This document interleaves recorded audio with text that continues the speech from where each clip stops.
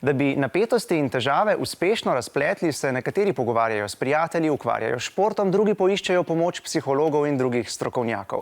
Včasih pa se zgodi, da ljudje čustvene stiske želimo rešiti tako, da se preveč osredotočimo na svoje telo, kar lahko povzroči hude motnje pri prehranjevanju.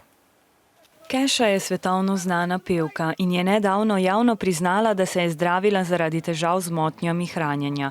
Bila je prepričana, da mora biti kot zvezdnica suha, zato je neprestano hujšala in se nepravilno prehranjevala. Po 2 mesecih zdravljenja je težave z bulimijo obvladala. Bulimija je ena najpogostejših oblik motenj hranjenja. Običajno se pojavi na prehodu v zgodnjo odraslost. Ljudje, ki zbolijo za bulimijo, se prenajedajo, potem pa zaradi občutka krivde zavestno izzovejo bruhanje ali odvajanje.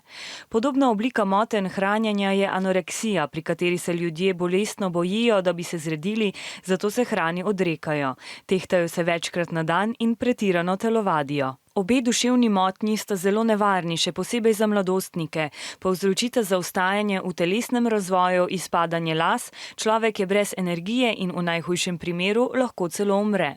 V zahodnem svetu pa je pogosto tudi tako imenovano kompulzivno prenajedanje. Ljudje uživajo preveč nezdrave hrane, jedo zelo hitro in pogosto. Nasprotje temu je bigoreksija, pri kateri imajo bolniki zelo strog prehranjevalni sistem. Hrano si tehtajo in zelo veliko časa prebijejo v fitnesu.